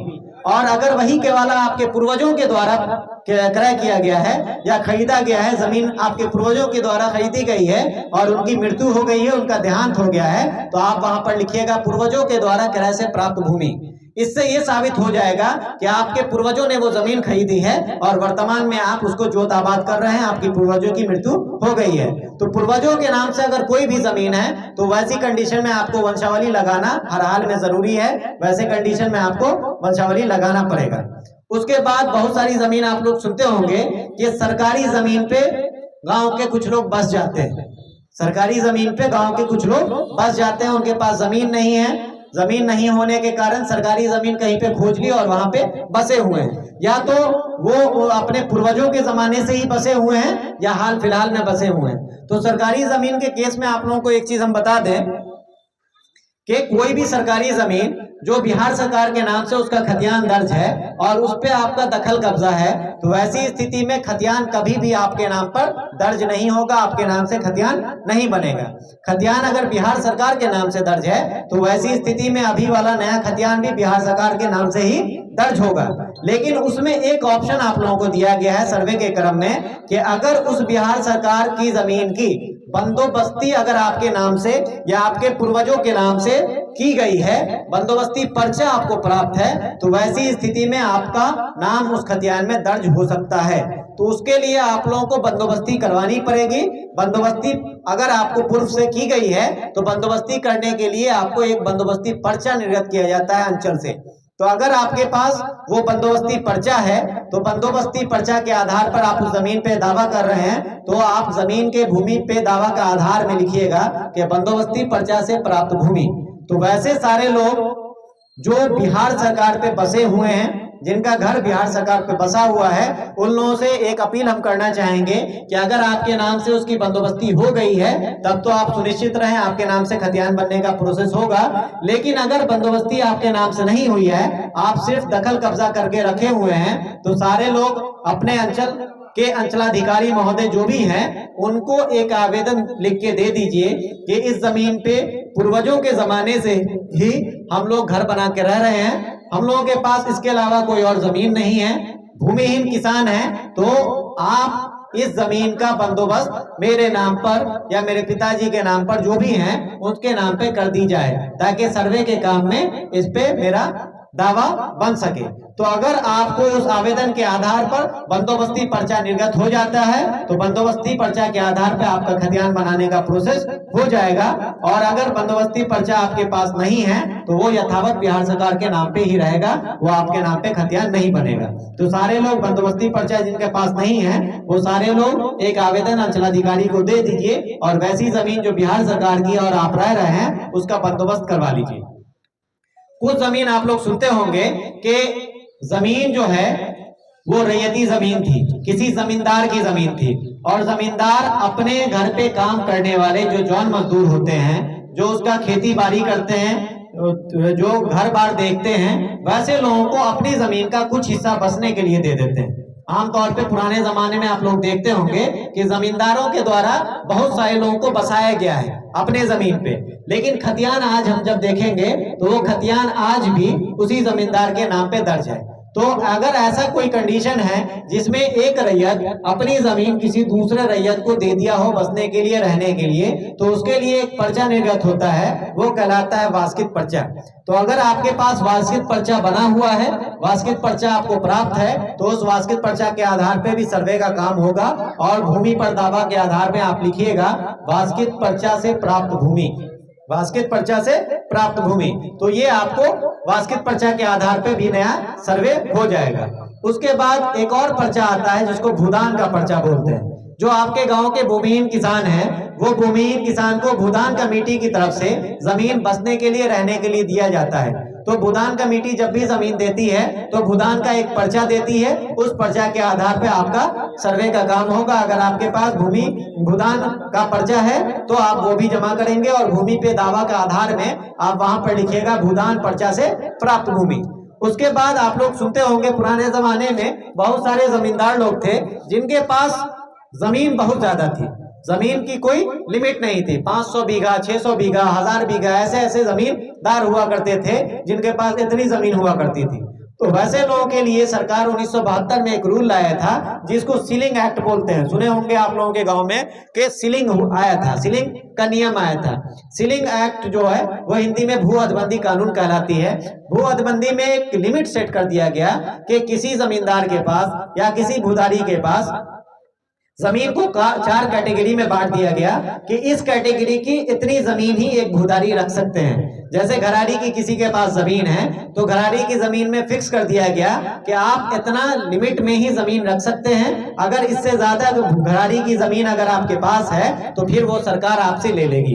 तो वैसे ही खेती वाली जमीन में भी एक लिमिट सेट कर दिया गया कि इस लिमिट के अंदर अगर आपके पास जमीन है तो वो आपकी होगी, और अगर उस लिमिट से ज्यादा उस जमीन आपके पास है तो आपसे सरकार वो ले लेगी, भू हदबंदी एक्ट के तहत वो आपसे छीन लेगी। तो वो रूल आया था 1972 में और भू हदबंदी हुआ। बहुत सारे जमींदार लोगों की जमीन भू हदबंदी कानून में चली गई, सरकार उसको अपने अंडर में ले लिया। और सरकार कोई भी जमीन जब लेती है तो अपने पास रखती नहीं है, उस पे या तो कोई योजना शुरू हो जाता है, सरकारी भवन बन जाता है, या फिर आम रैयतों के बीच में उसका वितरण कर दिया जाता है और उससे सरकार को टैक्स मिलता रहता है। सरकार अगर अपने पास रखेगी तो फिर उसको कोई फायदा नहीं है। सरकार की जमीन को कोई ना कोई आम किसान जोत कोर के ही खाता है, उसका पैसा, उसका जो लगान है वो सरकार को नहीं मिलेगा। तो सरकार हमेशा अपनी जमीन को किसी न किसी को बंदोबस्त करता है, या तो विभाग को बंदोबस्त कर दे या किसी आम किसान को बंदोबस्त कर दे। तो वैसी स्थिति में भू हदबंदी से भी बहुत लोगों को पर्चा प्राप्त हुआ है। तो अगर वैसे स्थिति में अगर आप लोगों को पर्चा प्राप्त है तो भूमि पे दावा के आधार में आप लिखिएगा भू हदबंदी पर्चा से प्राप्त भूमि, और या फिर आप उसको लिख सकते हैं परवाना के पर्चा से प्राप्त भूमि। दोनों ऑप्शन आता है उसमें, तो आप ये दोनों चीज वहां पर लिख देंगे। लिखने के बाद लास्ट कॉलम जो है वो है अभियुक्ति का कॉलम। अभियुक्ति के कॉलम में वो सारा डिटेल लिखना है जो उस फॉर्म में नहीं पूछा गया है, लेकिन आपको वो जानना या उसकी जानकारी सर्वे कार्यालय को देना जरूरी है। जरूरी समझते हैं कि इसकी जानकारी हम सर्वे कार्यालय को दें। तो वैसा 2-3 कंडीशन बनता है। पहला कंडीशन तो ये बनता है कि आपकी जमीन का पेपर आपके नाम से है, लेकिन किसी अन्य व्यक्ति के द्वारा उस पर कब्जा किया गया है। बहुत सारे ऐसे लोग आपके गांव में होंगे जो जमीन का पेपर आपके नाम पर है, लेकिन लाठी के बल पे, ताकत के बल पे आपकी जमीन पे कोई दूसरा कब्जा किए हुआ है। तो वैसा स्थिति में फॉर्म आपको अपना भरना है, अपना प्रमाण उसमें अटैच करना है और अभियुक्ति कॉलम में उस कब्जेदार का नाम वहां पर दर्ज कर देना है कि बकब्जे फलाना जो भी है आदमी, उस आदमी का नाम वहां पर दर्ज कर दीजिएगा। इससे ये साबित हो जाएगा, ये मुझे समझ में आ जाएगा कि जमीन आपका है, जमीन का पेपर आपके पास है, लेकिन आपकी जमीन पे किसी तीसरे व्यक्ति का दखल कब्जा है। जब ये मुझे पता चल जाएगा तो जो तीसरे व्यक्ति का नाम आपने दर्ज किया है उस व्यक्ति से भी हम उस जमीन का प्रमाण मांगेंगे। अगर उसके पास प्रमाण नहीं है तो ऑटोमेटिक वहां से उसका पूरा अधिकार खत्म हो जाएगा, आपके नाम से नया खतियान बन जाएगा और खतियान बनने के उपरांत तो 100% वो जमीन आपकी हो गई। केवाला के आधार पे कोई क्लेम कर सकता है, जवाबंदी के आधार पर कोई क्लेम कर सकता है, लेकिन खतियान को तोड़ने के लिए, खतियान को बदलने के लिए सिर्फ और सिर्फ सिविल कोर्ट का आपको सहारा लेना पड़ेगा। उसके अलावा दुनिया की कोई ताकत उसको नहीं तोड़ सकती है, कोई अधिकारी उसको नहीं बदल सकता है। खतियान को बदलने का पावर सिर्फ और सिर्फ सिविल कोर्ट को है, जहां पर आप टाइटल का केस लड़ेंगे। टाइटल का केस लड़ने के बाद अगर आप जीतते हैं तो वो चेंज होगा, अन्यथा की स्थिति में वो खतियान वैसा ही रह जाएगा। तो एक बार अगर आपके नाम से पर्सनल खतियान बन गया तो फिर आपको कोई हिला नहीं सकता है, कोई आपको परेशान नहीं कर सकता है। आप उस खतियान के बेस पे पूरा दावा अपना कर सकते हैं। तो अगर ऐसी स्थिति बनती है कि कोई आपकी जमीन कब्जा किए हुआ है तो अभियुक्ति कॉलम में बकब्जेदार का नाम वहां पर दर्ज कर दीजिए। दूसरा स्थिति ऐसा बनता है कि किसी जमीन पे विवाद है और विवाद बढ़ के कोर्ट केस की शक्ल में चला गया है। विवाद आपका कोर्ट में चल रहा है, केस चल रहा है जिसको हम लोग बोलते हैं। तो अगर ऐसा स्थिति है कि किसी जमीन पे कोई विवाद चल रहा है, कोई केस चल रहा है, तो आपको केस कॉपी भी समर्पित करनी पड़ेगी और अभियुक्ति कॉलम में वहां पर केस नंबर और उसका साल, किस साल में आपने केस किया और केस का क्या नंबर है जिसको वाद संख्या बोलते हैं, वो दर्ज कीजिएगा। किस कोर्ट में आपका केस चल रहा है, हो सकता है लोअर कोर्ट में चल रहा हो या लोअर कोर्ट से वो केस बढ़ के आपका हाई कोर्ट चला गया हो जो पटना में है, या हो सकता है कि वो हाई कोर्ट से भी बढ़ के सुप्रीम कोर्ट चला गया है। तो किस कोर्ट में आपका केस चल रहा है उस कोर्ट का नाम वहां पर दर्ज कीजिएगा और उसके साथ अपना कोर्ट केस कॉपी लगाइएगा। फॉर्म के साथ कोर्ट केस कॉपी आपको लगाना अनिवार्य होगा। तो ऐसी स्थिति में आप लोग अभियुक्ति कॉलम में वो सारा डिटेल लिखिएगा, जो आपका केस चल रहा है उसका सारा डिटेल वहां पर दर्ज कीजिएगा। बहुत सारा क्वेश्चन आम सभा में आता है इससे रिलेटेड, वो चीज मैं अभी बता दूं आपको कि खतियान और नक्शा में विसंगति पाई जाती है। खतियान आप देखिएगा 5 डिसमिल का, नक्शा आप देखिएगा 50 डिसमिल का। ऐसा भी केस आता है कि खतियान में आपका 5 डिसमिल दर्ज है और नक्शा में आपका 50 डिसमिल दर्ज है। तो अगर ऐसी कोई स्थिति है तब भी आप अभियुक्ति कॉलम में वो चीज दर्ज कर दिएगा कि खतियान से रकबा 5 डिसमिल और नक्शा से रकबा 50 डिसमिल। या ऐसा भी, इसका उल्टा भी केस हो सकता है कि खतियान में 50 लिखा हुआ है और नक्शा में सिर्फ 5 डिसमिल नक्शा है। तो वैसी स्थिति में भी आप अभियुक्ति कॉलम में दर्ज कर दिएगा कि खतियानी रकबा 50 डिसमिल और नक्शा का रकबा 5 डिसमिल। तो ये सारा डिटेल जो भी फॉर्म में नहीं पूछा गया है लेकिन आपको देना जरूरी है, तो वो सारा डिटेल आपको अभियुक्ति कॉलम में दर्ज कर देना है। ठीक है, समझ में आ गया। नीचे में आपको हस्ताक्षर करना है, हस्ताक्षर करने के बाद आपका मोबाइल नंबर और आधार नंबर पूछेगा, ये दोनों चीज वहां पे दर्ज कर देना है। तो ये आपका फॉर्म 2 रहा। फॉर्म 2 जमा करने का, भरने का प्रोसेस यही है। सारे लोग उम्मीद करते हैं कि समझ में आ गया होगा। फिर भी अगर नहीं समझ में आया होगा तो इस पे बहुत सारा वीडियो भी बनाया गया है, आप वीडियो भी जाके देख सकते हैं, वहां से समझ में आ जाएगा। नहीं तो कार्यालय में आके भी पूछ सकते हैं या आपके गांव के जो अमीन हैं उनसे भी संपर्क करके आप पूछ सकते हैं। आपके गांव में अमीन साहब आएंगे तो आप उनसे मिलकर पूछ लीजिए कि फॉर्म कैसे कैसे भराएगा। उसके बाद फॉर्म 3(1) है। फॉर्म 3(1) भरने का तरीका मैं बता दे रहा हूँ, ठीक है। उसमें ज्यादा डिटेल नहीं है, जो डिटेल आप फॉर्म 2 पे भरे हैं सेम डिटेल आपको फॉर्म 3(1) पे भी भराएगा। फॉर्म 3(1) पे जो पहला पेज होता है वो लिखा रहता है सेवा में, शिविर प्रभारी, अंचल का नाम और आपके जिला का नाम। अंचल आपका बोखरा है तो बोखरा दर्ज कर दीजिए, जिला का नाम सीतामढ़ी है तो सीतामढ़ी दर्ज कर दीजिए, ठीक है। उसके नीचे आपका 3 कॉलम दिया रहता है नाम के लिए। बहुत सारे लोग उसमें कंफ्यूज कर रहे हैं कि उस तीनों कॉलम में किसका नाम दर्ज किया जाएगा। तो वो 3 कॉलम जो है वो स्पेस कम होने की वजह से दिया गया है। अगर कोई एक व्यक्ति के हिस्से में कोई जमीन पड़ी है, आपके पूर्वजों के नाम की जो जमीन थी और आपको अकेले उसमें हिस्सा मिला है, सभी लोगों के बीच में बंटवारा हो गया है, तो वैसी स्थिति में वहां पे सिर्फ एक आदमी का नाम दर्ज किया जाएगा जिनके हिस्से में वो जमीन है। लेकिन ऐसा भी कंडीशन बनता है कि वो जमीन 2 भाई 3 भाई 4 भाई 5 भाई 10 भाई मिलकर जोतकोर कर रहे हो, अभी बंटवारा नहीं हुआ है, तो जितने भी भाई मिलकर वहां पे जोतकोर कर रहे हो वो सारे भाइयों का नाम वहां पर दर्ज किया जाएगा। लेकिन आपका क्वेश्चन होगा कि वहां पे तो 3 ही कॉलम है, 3 कॉलम के अलावा तो और जगह है नहीं, तो हम लोग बाकी भाइयों का नाम कहां पर दर्ज करेंगे? तो आप लोगों को मैं बता दूं कि पहला पेज जो है उस पे आप 3 भाई का नाम दर्ज कीजिए और तीसरे भाई के नाम के आगे इत्यादि लगा दीजिए। इत्यादि का मतलब होता है कि इसके आगे भी लोग हैं और भी लोग उसमें हैं, तो पहला 3 नाम लिख के आगे में इत्यादि लगा दीजिए और इत्यादि लिखने के बाद उसी फॉर्म का दूसरा पेज है, उस फॉर्म पे आपको काफी स्पेस दिया गया है। अगर 10 लोग हैं तो 10 लोगों का नाम वहां पर हट जाएगा, 15 लोग हैं तो 15 लोगों का भी नाम वहां पर हट जाएगा। तो जितने भी आदमी हैं वो सारे लोगों का नाम पेज 2 फॉर्म 3(1) का जो पेज 2 है, दूसरा पन्ना है, उस पे आप लोग दर्ज कर दिए। पहला पन्ना पे सिर्फ 3 कॉलम है तो 3 आदमी का नाम लग के वहां पे इत्यादि दर्ज कर दीजिए और दूसरे पन्ना पे आप वहां पर सारा डिटेल दर्ज कर सकते हैं।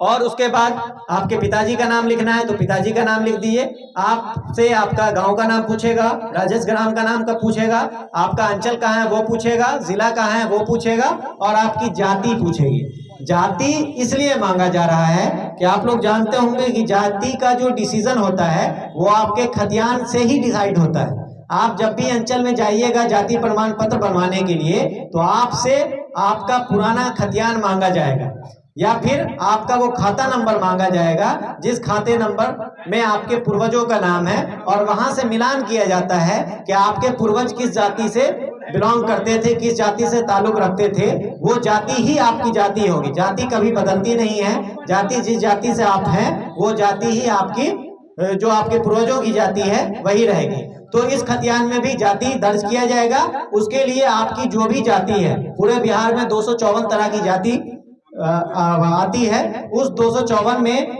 जिस जाति से आप बिलोंग करते हैं वो जाति का नाम वहां पर दर्ज कीजिएगा, वो लिख दीजिएगा। उसके नीचे आप लोग देखते होंगे कि कॉलम आता है कि परपत्र 2 या पंजी 2 जो बोलते हैं हम लोग में, पंजी 2 में आपका जमाबंदी जो है वो किनके नाम से कायम है। अगर आपकी खतियानी जमीन है तो खतियानी जमीन का जमाबंदी किनके नाम से कायम है? हो सकता है या तो आपके पूर्वजों के नाम से कायम हो या फिर वर्तमान में आप लोग बंटवारा करके अपने नाम पे ट्रांसफर करवा लिए हो जमाबंदी, तो आप लोगों के नाम पे है। तो पंजी 2 में किसके नाम पे जमाबंदी कायम है वो जमाबंदी कर्ता का नाम वहां पर दर्ज होगा। जमाबंदी संख्या कितना है आपका वो जमाबंदी संख्या दर्ज होगा और फिर उसके नीचे आपका खाता खेसरा रकबा चौहद्दी दर्ज होगी और उसके नीचे आपको साइन करना है। साइन करने के बाद सेकंड पन्ने पे चले आइए। सेकंड पन्ना पे जो जमीन आपको हिस्से में मिली है उस जमीन का आपको डिटेल लिखना है। पहला कॉलम जो है उसमें रैयत का नाम है, उस रैयत में आपका अगर एक आदमी उस जमीन को जोत रहे हैं तो एक आदमी का नाम लिखाएगा, अगर सामलात जोत रहे हैं तो सामलात में जितने भी लोग हैं सब लोगों का नाम रैयत के नाम में लिख देना है। सेकंड कॉलम जो है वो पिता का नाम है तो अपने पिता का नाम लिख दीजिए। तीसरा कॉलम अस्थाई पता है, जहां आपका घर है, जिस गांव में आप घर बना के रह रहे हो वो अस्थाई पता आप वहां पर दर्ज कर दीजिए। उसके बाद जमीन का ब्यौरा आता है, आपका खाता संख्या, आपका खेसरा संख्या, आपकी रकबा, आपका रकबा और आपकी चौहद्दी, ये क्या है वो चीज वहां पर दर्ज करना है। और जमाबंदी जिनके भी नाम से कायम है उसकी जमाबंदी संख्या कितनी है ये चीज वहां पर दर्ज करना है। ठीक है, तो आपके पास जितनी भी जमीन है, चाहे कितने भी खाता की जमीन हो सकता है एक खाते में भी आपकी जमीन हो और 10 खाते में भी आपकी जमीन हो, तो वैसा जितना भी जमीन है वो सारा उस पेज पे दर्ज कर देना है। दर्ज करने के बाद आपको उस पे साइन करना है। साइन करने के बाद नीचे अपना पूरा पता दर्ज करना है। तो ये पूरा प्रोसेस रहा फॉर्म 2 और 3(1) भरने का। उम्मीद करते हैं कि आप लोग समझ गए होंगे और समझ के सभी लोग अपना अपना फॉर्म भर के, फॉर्म भरने का जो समय सीमा है इससे पूर्व भी आप लोगों को बताया गया था कि ये समय सीमा आपको 20 अगस्त से शुरू हो चुका है। 20 अगस्त यानी कि पिछला महीना जो था उसके 20 तारीख से शुरू हो चुका है। बहुत सारे लोग ले जाके आपके गांव से ही, आपके समाज से जमा भी किए हैं। जो लोग छूटे हुए हैं उन लोगों के पास अभी समय है, ये समय 30 सितंबर का दिया हुआ है विभाग की तरफ से कि 30 सितंबर तक आपका फॉर्म लेने का समय है। और ये फॉर्म लेने का जो सिस्टम है वो सिस्टम ये है कि इसको ऑनलाइन करना पड़ता है हम लोगों को। तो अगर एक बार ऑनलाइन विंडो बंद हो गई तो फिर वो आपका ऑनलाइन काम नहीं हो पाएगा। तो अभी आप लोगों के पास लगभग हम समझते हैं 25 दिन और है। आज 5 तारीख हो गया, 25 दिन और है। इस 25 दिन में आप लोग सभी लोग अपना अपना फॉर्म भर के जो भी पेपर है वो पेपर सुरक्षित करके उसके साथ लगाकर कार्यालय में, शिविर कार्यालय में लाके जमा कर दें, या फिर आपके गांव में जिस दिन अमीन साहब आएंगे तो आप अपने अमीन को भी हैंड ओवर कर सकते हैं। वो फॉर्म उनको दे सकते हैं, और फॉर्म देने के बाद आप लोग हर हाल में उसका रिसीविंग ले लीजिएगा। ठीक है, जो भी जमा करेंगे, चाहे आप अमीन के पास जमा कर रहे हैं या शिविर कार्यालय में जमा कर रहे हैं, सर्वे ऑफिस में जमा कर रहे हैं, हर जगह आप उसका रिसीविंग हर हाल में लीजिएगा। रिसीविंग नहीं लीजिएगा तो हो सकता है आपको बाद में परेशानी का सामना करना पड़े। तो आप लोग रिसीविंग कॉपी भी एक लेके आइएगा, उस पर साइन करवा के रिसीविंग ले लीजिएगा। तो ये प्रोसेस आपको फॉर्म भरने का हो गया। 30 सितंबर तक हर हाल में आप लोग सारे लोग फॉर्म भर दीजिए। 30 तारीख के बाद आपके गांव का काम शुरू होगा, और गांव के काम में सबसे पहला जो काम होता है वो होता है जमीन का सत्यापन। जो आपका भूमि है, जो आपके गांव में जमीन है, उसका सत्यापन करवाना। तो उसका सत्यापन हम लोग करते हैं। जो हम लोगों के पास नक्शा बन के आया हुआ है, उस नक्शा का मिलान आपके स्थल से हम लोग करते हैं कि जो नक्शा हम लोगों के पास बना हुआ है वैसा ही स्थल पे हूबहू है या नहीं है। अगर उसमें कोई चेंजिंग पाई जाती है, कोई बदलाव पाया जाता है, तो नक्शा में हम लोग सुधार करते हैं, और सुधार करने के बाद उसको ऑनलाइन सुधार करवाते हैं, जिसको डिजिटलाइज नक्शा आप लोग सुनते होंगे कि डिजिटलाइज नक्शा बनता है। तो वैसा ही डिजिटल नक्शा हम लोग बनवाते हैं सुधार करके। आपके प्लॉट पे अमीन साहब गए, प्लॉट का शेप कि आपके प्लॉट पे अमीन जाएंगे, और प्लॉट पे जाने के बाद जो नक्शा हम लोगों को मिला हुआ है उस नक्शा का मिलान आपके प्लॉट से करेंगे। आप बता रहे हैं कि मेरी जमीन 4 डिसमिल है, वो एरिया स्टेटमेंट हम लोगों के पास बन के आया हुआ रहता है। जो नक्शा का रकबा है वो भी हम लोगों के पास उपलब्ध रहता है। आपके प्लॉट का नक्शा से हम लोग मिलान करेंगे, और मिलान करने के बाद उसका रकबा का मिलान करेंगे।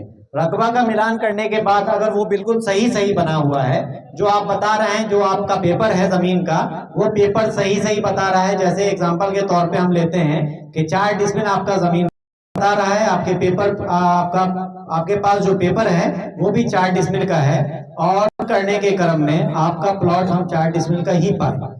4 डिसमिल उसमें कुछ करने की जरूरत नहीं है, वो यथावत रह जाएगा, उसमें कोई सुधार नहीं। जो प्लॉट है वो आपको प्लॉट मिल रहा है, उसमें अगर किसी हम प्लॉट पे गए और प्लॉट पे जाने के बाद पेपर भी 4 डिसमिल है, लेकिन मेरे नक्शा में वो 3 डिसमिल का आया हुआ, जो रकबा हम लोगों को मिला हुआ है वो 3 डिसमिल का मिला हुआ है। तो वैसी स्थिति में हम लोग आपके जो चौहदीदार हैं उस चौहदीदार का नक्शा चेक करते हैं, और नक्शा चेक करने के बाद उनका रकबा मिला हो रहा है, तो वैसी स्थिति में कोई ना कोई आपका जमीन दखल कब्जा किए हुआ होगा आपके चौहदीदार ही। ठीक है, आपका नक्शा सुधार करते हैं, और सुधार करने के बाद फिर नया नक्शा बनता है, और नक्शा बनने के बाद फिर आपका आगे का जो भी खतियान बनाने का प्रक्रम है वो चलता है। ठीक है, तो वो सारे गांव का इस तरह से होगा, और सारे गांव का होने के उपरांत एक नया नक्शा बनेगा जिसको डिजिटलाइज नक्शा बोलते हैं। वो नक्शा बनने के बाद फिर आप लोगों का काम शुरू होता है खतियान बनने का। पहला काम होता है नक्शा का मिलान, नक्शा का सुधार, और नक्शा का सुधार जैसे ही हो गया तो नक्शा के सुधार होने के बाद आपका जमीन का जो भी जमीन है आपके गांव में उसका मालिकाना हक तय करने का समय आता है, और वो मालिकाना हक तय आपके खतियान से होता है। तो वैसी स्थिति में आपसे हम आपका जमीन का पेपर मांगते हैं। जो पेपर आप अभी मेरे पास जमा करेंगे, जो फोटोकॉपी जमा किए रहेंगे फॉर्म के साथ, उसका ओरिजिनल कॉपी आपसे हम मांगेंगे, और ओरिजिनल कॉपी मांगने के बाद उसका मिलान किया जाएगा आपके ओरिजिनल से। अगर वो सही पाया जाएगा, आपका दखल भी शांतिपूर्ण है, आपका कब्जा भी है उस जमीन पर, और आपका पेपर भी उस जमीन का है, तो आपके नाम से खतियान बनाने का प्रोसेस शुरू किया जाएगा।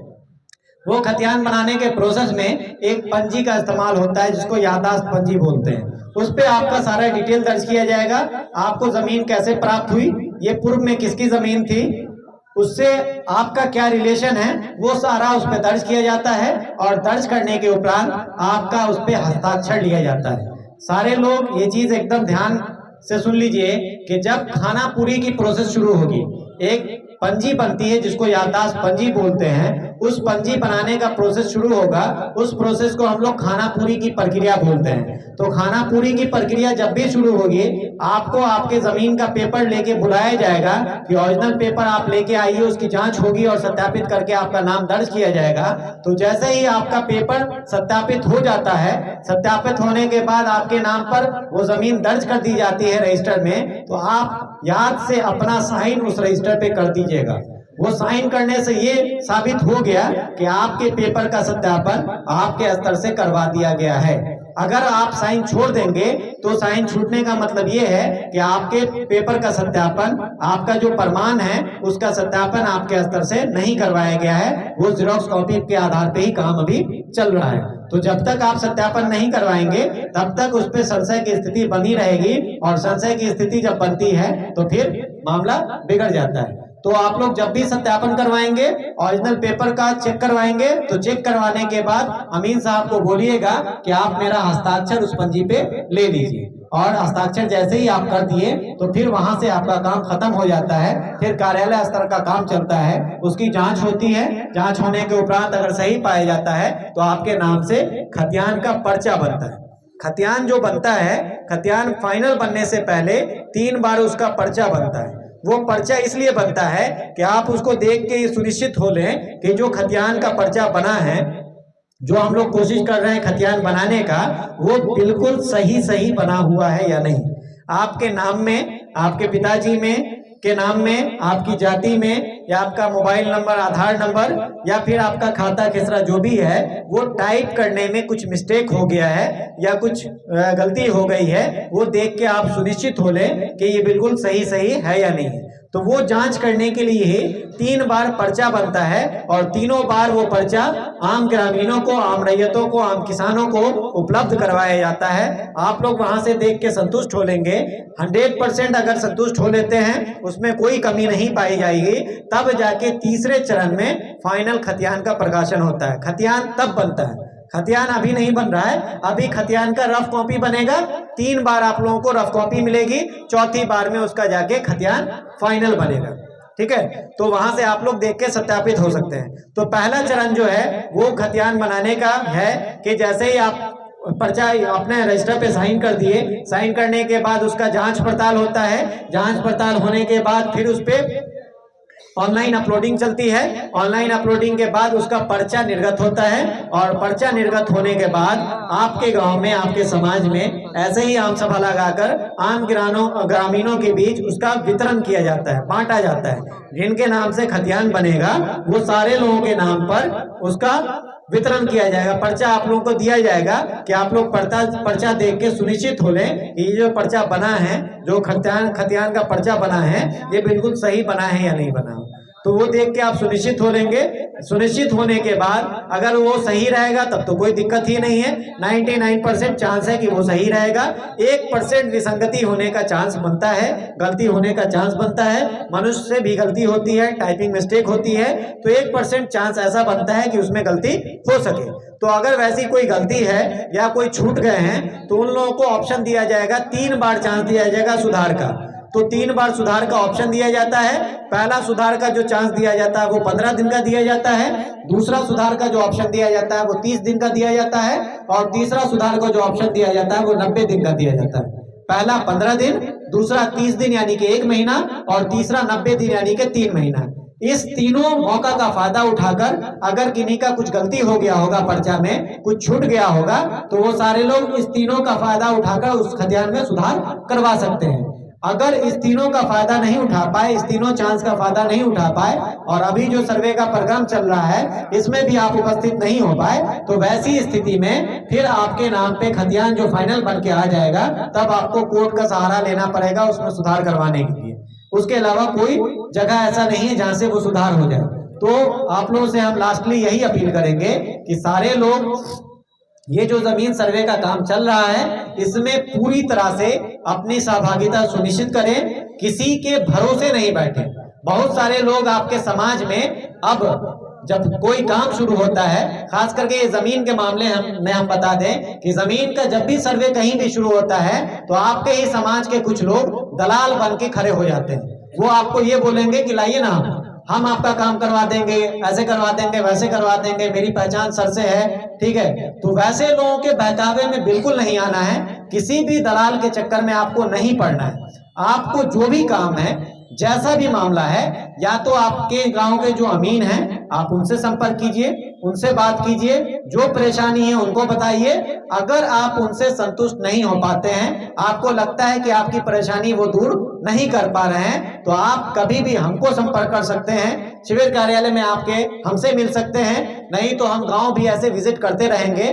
गांव में कभी हमसे मुलाकात आपकी हो तो आप अपना परेशानी हमसे शेयर कर सकते हैं, अपना निवारण हमसे ले सकते हैं। लेकिन सर्वे कर्मी के अलावा जो सर्वे डिपार्टमेंट के स्टाफ हैं, इसके अलावा किसी भी आदमी के चंगुल में ना तो आप लोग फंसेंगे, ना ही उसके बहकावे में आएंगे। कोई भी ऐसा आदमी अगर आपके पास आता है कि लाइए मैं काम करवा दे रहा हूं आपका, तो आप इसकी सूचना तुरंत आपके गांव के जो अमीन हैं या आपके गांव के जो कानूनगो हैं उनको सूचना दीजिए, और वैसे लोगों की सूचना के आधार पर हम उस पर कार्रवाई करने का काम करेंगे। अगर गलत कोई कर रहा है तो उस पर 100% कार्रवाई होगी। तो आप लोग किसी के बहकावे में नहीं आए और अपना काम डायरेक्ट सर्वे ऑफिस से करवाए, आपको किसी तीसरे के बीच में जाने की जरूरत नहीं है। तो आप लोगों से यही अपील रहेगी कि आप लोग पूर्ण रूप से जगे रहें, सहभागिता अपनी दिखाएं सर्वे के कार्यक्रम में। आपको जो भी परेशानी दिक्कत हो रही है, आप हमसे सहयोग मांगे, हम पूर्ण रूप से आपका सहयोग करने के लिए तैयार हैं। हमेशा आपको हमारी तरफ से पॉजिटिव रिस्पांस ही मिलेगा, नेगेटिव रिस्पांस कभी नहीं मिलेगा। अभी आपने देखा इस वीडियो में भूमि सर्वे से संबंधित हर एक पॉइंट को आपको बताया गया है। फिर भी कोई डाउट है साथियों, आप कमेंट बॉक्स में हमें लिख सकते हैं। इस वीडियो को शेयर कर दीजिएगा। वीडियो देखने के लिए बहुत बहुत धन्यवाद। जय हिंद।